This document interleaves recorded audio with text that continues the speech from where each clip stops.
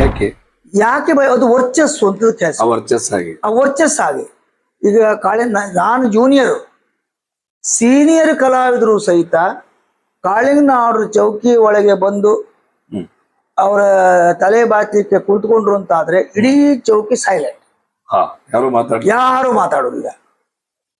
Junior ಹೌದು, senior ಹೌದು, ಹಿರಿಯವರಿಗೂ ಹೆದರಿಕೆ, ಎಲ್ಲರಿಗೂ ಹೆದರಿಕೆ. ಬೇಡ ಯಜಮಾನ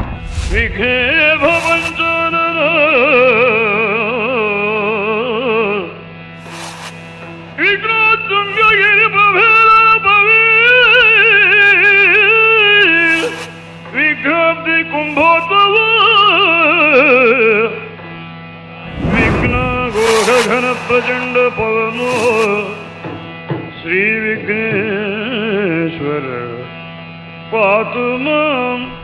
ಆತ್ಮೀಯ ವೀಕ್ಷಕರೇ ನಮಸ್ಕಾರ, ನಾನು ರಾಜೇಶ್ ಬಾರ್ಕರ್. ಕಾಳಿಂಗನವಡರ ನೆನಪಿನ ಕಾರ್ಯಕ್ರಮ ಯಕ್ಷಗಾನ ಗಂಧರ್ವ GR ಕಾಳಿಂಗನವಡ ನೆನಪು. ಈ ಕಾರ್ಯಕ್ರಮದಲ್ಲಿ ನಾವಿಂದು ಜನಪ್ರಿಯ ಯಕ್ಷಗಾನ ಕಲಾವಿದರು ಕೊಂಡದಕುಳಿ ರಾಮಚಂದ್ರ ಹೆಗಡೆ ಅವರ ಮನೆಗೆ ಬಂದಿದ್ದೇವೆ. ಅವರು ಬಹಳಷ್ಟು ವರ್ಷಗಳ ಕಾಲ ಕಾಳಿಂಗನವಡರ ಜೊತೆಗಿದ್ರು, ಬಹಳಷ್ಟು ವಿಷಯಗಳನ್ನ ನಮ್ಗೆ ತಿಳಿಸಿದ್ದಾರೆ. ಹಾಗೆ ಈ ಕಾರ್ಯಕ್ರಮವನ್ನ ನಿರೂಪಣೆ ಮಾಡುವವರು ನಮ್ಮ ಜನಪ್ರಿಯ ಭಾಗವತರು ರಾಘವೇಂದ್ರ ಮಹೇಶ್ ಅವರು ಈ ಕಾರ್ಯಕ್ರಮವನ್ನ ನಿರೂಪಣೆಯನ್ನು ಮಾಡ್ತಾರೆ. ಅವರು ಕೊಂಡದಕುಳಿ ಅವರ ಜೊತೆ ಮಾತುಕತೆಯನ್ನು ಆಡುತ್ತಾ ಆ ಮಾತುಕತೆಯಲ್ಲಿ ಬರುವಂತಹ ವಿಷಯವನ್ನು ನಾವು ತಿಳಿಯೋಣ. ನಾವುಡ್ರ ಬಗ್ಗೆ ಬಹಳಷ್ಟು ಇವತ್ತು ತಿಳಿಲಿಕ್ಕಿದೆ. ಹಾಗೆ ಈ ಕಾರ್ಯಕ್ರಮಕ್ಕೆ ಜನಪ್ರಿಯ ಯಕ್ಷಗಾನ ಕಲಾವಿದರು, ಹಿರಿಯ ಕಲಾವಿದರು, ಅನುಭವಿಗಳು, ಬಹಳಷ್ಟು ತಿಳುವಳಿಕೆ ಉಳ್ಳಂತ ಕಲಾವಿದರು, ಅದೇ ರೀತಿ ಬಹಳಷ್ಟು ವರ್ಷಗಳಿಂದ ಯಕ್ಷಗಾನ ಸೇವೆಯಲ್ಲಿ ತೊಡಗಿರ್ತಕ್ಕಂಥ ಕಲಾವಿದರು ಕೊಂಡದಕುಳಿ ರಾಮಚಂದ್ರ ಹೆಗಡೆ ಅವ್ರನ್ನ ನಮ್ಮ ನಿಮ್ಮೆಲ್ಲರ ಪರವಾಗಿ ಪ್ರೀತಿಯಿಂದ ಸ್ವಾಗತಿಸೋಣ. ಸರ್, ನಿಮ್ಗೆ ಪ್ರೀತಿಯ ಸ್ವಾಗತ ಸರ್. ನಮಸ್ಕಾರ. ನಮಸ್ತೆ ಸರ್. ನಮಸ್ತೆ ಸರ್. ಭಾಗವತರು ರಾಘವೇಂದ್ರ ಮಹೇಶ್ ಸರ್ ನಿಮ್ಮ ಜೊತೆ ಮಾತುಕತೆ ಆಡ್ತಾರೆ. ಸರಿ ಸರ್, ನೀವು ಮನ ಬಿಚ್ಚಿ ಮಾತಾಡ್ಬೋದು, ಆಯ್ತಾಯ್ತು, ಏನೇ ಇದ್ರು ಮಾತಾಡಿ ಸರ್. ನಮ್ಗೆ ನಾವುಡ್ರ ಬಗ್ಗೆ ತಿಳಿಬೇಕು. ಆಯ್ತು, ಖಂಡಿತ ಖಂಡಿತ, ಸಂತೋಷದ ವಿಷಯ ಇದೆ. ಆಗ್ಲಿ ಸರ್, ಆಗ್ಲಿ ಸರ್. ಆತ್ಮೀಯ ವೀಕ್ಷಕರೇ, ಮುಂದಿನ ಮಾತಿಗಾಗಿ ನಾವು ರಾಘವೇಂದ್ರ ಮಹೇಶ್ ಸರ್ ಅವ್ರನ್ನ ಬರಮಾಡಿಕೊಳ್ಳೋಣ. ಆತ್ಮೀಯ ವೀಕ್ಷಕರಿಗೆ ನಮಸ್ಕಾರ. ಕಾಳಿಂಗನವಡರ ನೆನಪು. ಇವತ್ತು ಅತಿಥಿಗಳಾಗಿ ಅವರ ಒಡನಾಡಿ, ಕೆಲವು ವರ್ಷದ ರಂಗದ ಸಾಥಿ, ಪ್ರಖ್ಯಾತ ಕಲಾವಿದರಾದ ಕೊಂಡದಕುಳಿ ರಾಮಚಂದ್ರ ಹೆಗಡೆ ಅವರು, ನಮಸ್ಕಾರ. ನಮಸ್ಕಾರ. ಹಾಗೆ ಶ್ರೀಮತಿ ಅವರು ಚೇತನ ರಾಮಚಂದ್ರ ಹೆಗಡೆ ಅವರಿಗೂ ನಮಸ್ಕಾರ. ಇವತ್ತು ಭಾರಿ ಸಂತೋಷ ಆಗ್ತಾ ಇದೆ. ಆ ದಂಪತಿಗಳ ಎದುರಲ್ಲೇ ಕೂತ್ಕೊಂಡಿದ್ದೇವೆ ನಾವು. ನಾವುಡ್ರ ಆತ್ಮೀಯ ಒಡನಾಡಿಯೂ ಹೌದು. ನಾವು ತುಂಬಾ ಸಾರಿ ನೋಡಿದ್ದೇವೆ ಕಾಳಿಂಗನವಡರ ಪದ್ಯಕ್ಕೆ ಇವರ ವೇಷಗಳನ್ನು ತುಂಬಾ ಬೇರೆ ಬೇರೆ ಪ್ರಸಂಗದಲ್ಲೇ ನೋಡಿದ್ದೇವೆ. ಕಾಳಿಂಗನವಡರನ್ನ ಇವರು ಕಂಡ ರೀತಿ, ದಯವಿಟ್ಟು ನಮಸ್ಕಾರ, ಬೇಜಾರು ತಿಳ್ಕೊಳ್ಬೇಡಿ, ಹೇಳಿ. ನೀವು ಕಂಡ ರೀತಿ ಕಾಳಿಂಗನವಡರನ್ನ ಹೇಗೆ? ನಾನು ಮತ್ತು ಕಾಳಿಂಗನವಡರು 6 ವರ್ಷ ಒಟ್ಟಿಗೆ ಇದ್ದೆ. 6 ವರ್ಷ. 6 ವರ್ಷ. ನಾನು ಒಡ್ಡೋಲಗದಿಂದ ಪ್ರಧಾನ ಪಾತ್ರಧಾರಿ ಆಗುವುದಕ್ಕೆ, ಒಡ್ಡೋಲದಿಂದ ಪ್ರಾರಂಭ ಮಾಡಿ ಪ್ರಧಾನ ಪಾತ್ರೆ ಆಗುವುದಕ್ಕೆ ಕಾರಣ ಕಾಳಿಂಗನವರು. ಭಾರಿ ಸಂತೋಷ. ಒಂದು ದಿವಸಕ್ಕೆ 5 ರಿಂದ 6 ಪಾತ್ರ ಹಾಕ್ತಾ ಇದ್ದೀವಿ. ಒಂದು ದಿನಕ್ಕೆ 5 ರಿಂದ 6 ಪಾತ್ರ. ಅವ್ರದ್ದು ಕ್ರಮವೇ ಆಗಲಿ. ಇಡೀ ಪ್ರಸಂಗದ ಅನುಭವ ಆಗಬೇಕು ಅಂತಾದ್ರೆ ದೂತರಿಂದ 4ನವರೆಗೆ ಒಬ್ಬ ಪ್ರಧಾನ ಪಾತ್ರ ಅವರಿಗೆ ಗೊತ್ತಿರಲೇಬೇಕು. ಹೌದಪ್ಪ. ಪ್ರತಿ ಪಾತ್ರಕ್ಕೂ ಅದರ ನಡೆ ಇರ್ತದೆ, ಆ ನಡೆ ಗೊತ್ತಿರಬೇಕು. ಸಂಭಾಷಣೆ ಹೇಗೆ ನಡೆಸಬೇಕು, ಉಳಿದ ಸಣ್ಣ ಕಲಾವಿದರಿಗೆ ಯಾವ ರೀತಿ ಹೇಳ್ಕೊಡ್ಬೇಕು, ಇದೆಲ್ಲ ಗೊತ್ತಾಗ್ಬೇಕು ಅಂತಾದ್ರೆ ಅವ ದೂತರಿಂದ 4ನವರೆಗೆ ಮಾಡ್ಬೇಕು. ಹೌದಪ್ಪ, ಅಷ್ಟು ಕಷ್ಟಪಟ್ಟಿದ್ದೀವಿ. ಅಷ್ಟು ಕಷ್ಟ. ಅದೇ ಹೇಳಿದ್ನಲ್ಲ, 5 ರಿಂದ 6 ಪಾತ್ರ ದಿವಸಕ್ಕೆ. ನಾನು ಒಡ್ಡೋಲುವಿಕೆ ಅಂತ ಸಾಲಿಗ್ರಾಮ ಮೇಳಕ್ಕೆ ಬಂದವ. ನನ್ನನ್ನು ಸಾಲಿಗ್ರಾಮ ಮೇಳ ಕರ್ಕೊಂಡು ಬಂದವರು ಶ್ರೀಯುತ ಜಲವಳ್ಳಿ ವೆಂಕಟೇಶ್ವರಾವ್. ಸೋಮನಾಥ ಹೆಗಡೆ ನಾನು ನೋಡ್ಲೂ ಇಲ್ಲ. ಹೌದಪ್ಪ. ಸೋಮನಾಥ ಹೆಗಡೆ ಹತ್ರ ಮಾತಾಡ್ಲೂ ಇಲ್ಲ. ಎಲ್ಲ ಜಲವಳ್ಳಿಯವರೇ ಮಾತಾಡಿ ನನ್ನನ್ನು ಮೇಳಕ್ಕೆ ಕರ್ಕೊಂಡು ಬಂದ್ರು. ಆವಾಗ ಕಾಳಿಂಗನವರು ಪ್ರಧಾನ ಭಾಗವತರು. ನಮಗೂ ಅತ್ಯಂತ ಖುಷಿ. ಯಾಕಂದ್ರೆ ಕಾಳಿಂಗನವರು ಭಾಗವತ್ಗೆ ನಾನು ಒಂದು ಟೇಪ್ ರೆಕಾರ್ಡ್ ಇತ್ತು. ಅದು ಕ್ಯಾಸೆಟ್ ನಲ್ಲಿ ಕಾಳಿಂಗನವರ ಪದ್ಯ ಕೇಳುವುದು ಅಷ್ಟೇ. ಕೇಳಿ ನಮಗ್ ಕೇಳುವುದು ಆವಾಗೆಲ್ಲ ಸಾಲಿಗ್ರಾಮ ಉತ್ತರ ಕನ್ನಡಕ್ಕೆ ಬರುವುದು ಬಹಳ ಕಡಿಮೆ, ನಾವು ಸಣ್ಣವರು. ಆ ಕ್ಯಾಸೆಟ್ ನಲ್ಲಿ ಕಾಳಿಂಗನವರ ಪದ್ಯ ಕೇಳುವುದು. ಅವಾಗಲೇ ಅಭಿಮಾನಿ. ಸಿಕ್ಕಾಪಟ್ಟೆ. ಅಂತ ಕಾಳಿಂಗನವರ ಕೆಳಗೆ ನಮಗೆ ಒಂದು ವೇಷ ಮಾಡ್ಲಿಕ್ಕೆ ಒಂದು ಬೇಳೆ ಸಿಕ್ತಲ್ಲ, ಸೌಭಾಗ್ಯ. ಅದೊಂದು ಅತ್ಯಂತ ಸೌಭಾಗ್ಯದ ವಿಷಯ. ಅದು ಶಬ್ದವೇ ಇಲ್ಲ, ಅಷ್ಟು ಖುಷಿಯಾಗಿತ್ತು. ಆದ್ರೆ ಕಾಳಿಂಗನವ್ರ ಕಂಡ್ರೆ ಭಯ. ಯಾಕೆ ಯಾಕೆ ಭಯ? ಅದು ವರ್ಚಸ್ಸು ಅಂತ ಕೆಲಸ, ವರ್ಚಸ್ಸಾಗಿ. ಆ ವರ್ಚಸ್ಸಾಗಿ. ಈಗ ನಾನು ಜೂನಿಯರು, ಸೀನಿಯರ್ ಕಲಾವಿದರು ಸಹಿತ ಕಾಳಿಂಗನವ್ರ ಚೌಕಿ ಒಳಗೆ ಬಂದು ಅವರ ತಲೆ ಬಾಚಲಿಕ್ಕೆ ಕುಳಿತುಕೊಂಡ್ರು ಅಂತಾದ್ರೆ ಇಡೀ ಚೌಕಿ ಸೈಲೆಂಟ್, ಯಾರು ಮಾತಾಡೋದಿಲ್ಲ. ಜೂನಿಯರು ಹೌದು, ಸೀನಿಯರು ಹೌದು, ಹಿರಿಯವರಿಗೂ ಹೆದರಿಕೆ, ಎಲ್ಲರಿಗೂ ಹೆದರಿಕೆ. ಬೇಡ, ಯಜಮಾನ್ರು ಸೋಮನಾಥ್ ಹೆಗ್ಡ್ರು, ಶ್ರೀನಿವಾಸ ಹೆಗ್ಡ್ರು ಬಂದ್ರೆ ಕಾಳಿಂಗನವ್ರು ಎಷ್ಟೊತ್ತಿಗೆ ಹೇಳ್ತಾರೆ ಅಂತ ಅವ್ರು ಕಾಯ್ತಾ ಕುತ್ಕೊಳ್ತಿದ್ರು. ಅವ್ರು ಎಬ್ಸೋದಿಲ್ಲ. ಉಳಿದ ಕಲಾವಿದರು ಯಾರು ಜನರೇಟರ್ ಹತ್ರ ಕರ್ಕೊಂಡು ಮಾತಾಡ್ತಿದ್ರು. ಆದ್ರೆ ಕಾಳಿಂಗನವ್ರಿಗೆ ಮಾತ್ರ ಅವ್ರು ಎದ್ದು ಕೂಡ್ಲೆ ಮುಖ ತೊಳ್ಳಿ ಕೊಂಚಮ್ ನೀರು, 2 ಚಾ, 2 ಬೀಡಿ, ಇದಿಷ್ಟ ಆದ್ಮೇಲೆ ತಲೆ ಬಾಚ್ಲಿಕ್ಕೆ ಜಲವಳ್ಳಿ ಅವ್ರ ಜಾಗಕ್ಕೆ ಬರ್ತಿದ್ರು. ಜಲವಳ್ಳಿಯವರು ಅವ್ರು ಬಂದ ಕೂಡ್ಲೆ ಮೇಳದಲ್ಲಿ ಒಂದು ಗಂಟು ಅಂತ ಇರ್ತದಲ್ಲ, ಆ ಗಂಟನ್ನ ಅವ್ರಿಗೆ ಕೂತ್ಕೊಳ್ಳಿಕ್ ಕೊಟ್ಟು, ಹೌದು, ಎಲ್ಲವರು ದೂರ ಸರಿದು ಸೈಲೆಂಟ್ ಆಗೋದು. ಈಗ ವರ್ಚಸ್ಸು ಹೇಳುದು ಅದು ಅಂಗಡಿಲಿ ಸಿಗುವುದಲ್ಲ, ದುಡ್ಡು ಕೊಟ್ರೆ ಯಾರು ಹೆದರೋದಿಲ್ಲ, ಅದು ಹುಟ್ಟಿನಿಂದ ಬರ್ಬೇಕು.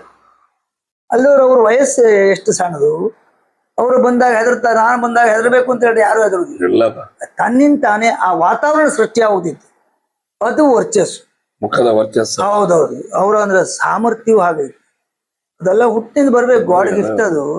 ಇಲ್ಲವರು ಅಷ್ಟು ಸಣ್ಣ ವಯಸ್ಸಿನಲ್ಲೆಲ್ಲ ಪ್ರಧಾನ ಭಾಗವತರ ಆಗೋದಕ್ಕೆ ಸಾಧ್ಯ ಇಲ್ಲ. ಹೌದು. ಮತ್ತೆ ಒಂದು ವಿಶೇಷ ಏನು ಕೇಳಿದ್ರೆ, ನಾನ್ ತಿಳಿದಾಗೆ ಯಾವ ಹಳೆ ಪ್ರಸಂಗ ಪಟ್ಟಿಯವ್ರಿಗೆ ಬೇಡ ಆಗಿತ್ತು ಆವಾಗಲೇ. ಹೌದು, ಹೊಸ ಪ್ರಸಂಗ 3 ದಿವಸ, 3 ದಿವಸದ ಮೇಲೆ ಮತ್ತೆ ಅವ್ರಿಗೆ ಪ್ರಸಂಗ ಪಟ್ಟಿ ಬೇಡ. ಬೇಕಾದ್ರೆ 10 ವರ್ಷದ ಮೇಲೆ ಆ ಪ್ರಸಂಗ ಆಡ್ಸಿ ಅಂತ ಹೇಳಿ ಅವ್ರಿಗೆ ಪ್ರಸಂಗ ಪಟ್ಟಿ ಬೇಡ.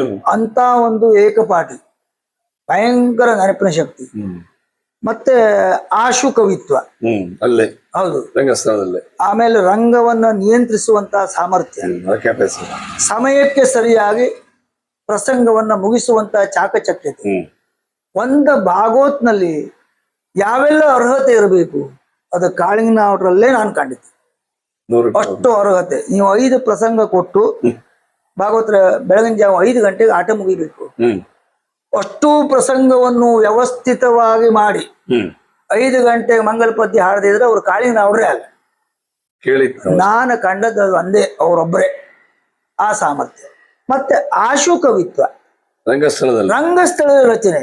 ನಾನು ಫಸ್ಟ್ ಸಾಲಿಗ್ರಾಮಾಯಣಕ್ಕೆ ಬಂದ ವರ್ಷ ಭಾಮಿನಿ ಭಾಗ್ಯ ಅಂತ ಒಂದು ಪ್ರಸಂಗ ಗುಂಡು ಸೀತಾರಾಮರಾವ್ ಬರ್ತಾರೆ. ಅದು 4 ಗಂಟೆಗೆ ಮುಗಿದೋಗ್ತದೆ, ಕಥೆ ಶಾರ್ಟ್.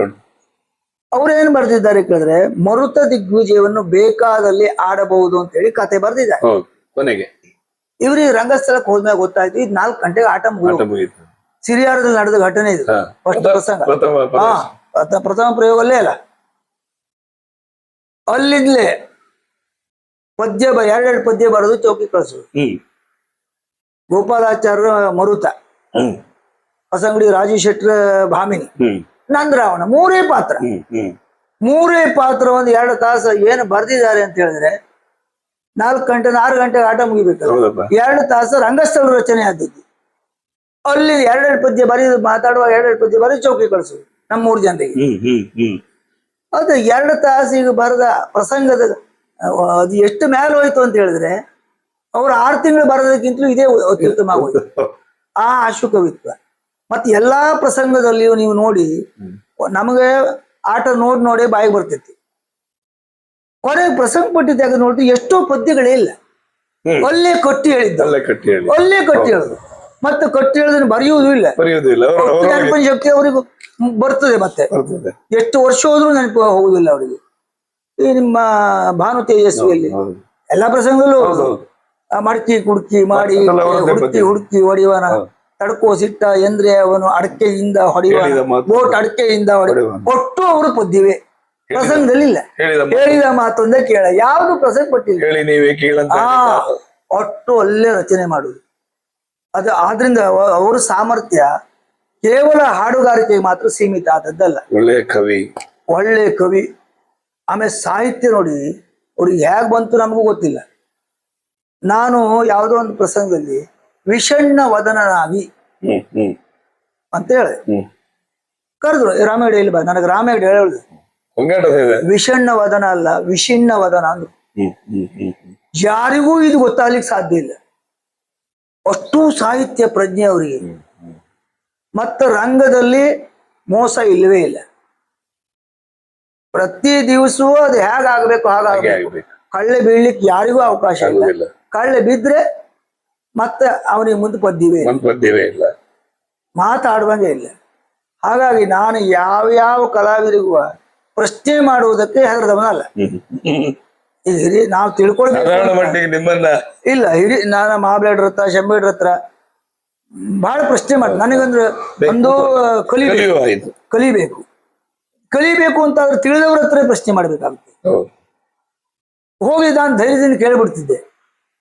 ಅವ್ರ ಕಾಳಿಂಗನ ಅವ್ರ ಹತ್ರ ಮಾತಾಡ್ಲಿಕ್ಕೆ ಮಾತ್ರ ನನಗೆ ಹೆದರಿಕೆ ಆಗ್ತಿತ್ತು. ಅವರ ಕರೆದ ಮಾತಾಡ್ಬೇಕು ಬಿಟ್ರೆ ಇಡೀ ಸೀಸನ್ ಅಲ್ಲಿ 1-2 ದಿವಸ ಕರೆದು ಮಾತಾಡ್ತಿದ್ರು ಅಷ್ಟೇ. ಮತ್ತ ಅವ್ರ ಹತ್ರ ನಾವು ಹೋಗುದಿಲ್ಲ, ಅವ್ರ ಬದಿಗೂ ನಾವು ನೋಡುವುದೂ ಇಲ್ಲ. ಅವ್ರ ಅಷ್ಟು ಭಯ. ಕೆಲವರೆಲ್ಲ ಹೇಳಿದ್ದಾರೆ, ಕೆಲವರೆಲ್ಲ ಆತ್ಮೀಯರು, ಕೆಲವರೆಲ್ಲ ಒಂದಿಷ್ಟು ಜನ ಇದ್ದಾರೆ ನಿಮ್ಗೆ ಗೊತ್ತು. ಅವ್ರು ಬಿಟ್ರೆ ನಾನು ತಿಳಿದ ಹಾಗೆ ಹೆಚ್ಚಿಗೆಲ್ಲ ಸಲಿಗೆಯನ್ನ ಯಾರ ಹತ್ರ ಬಳಸ್ಕೊಳ್ಳಿಲ್ಲ ಅಂತ ನಾನು ತಿಳಿದುಕೊಂಡು ನೀವು ಹೇಳ್ದಾಗೆ ಬಂತು.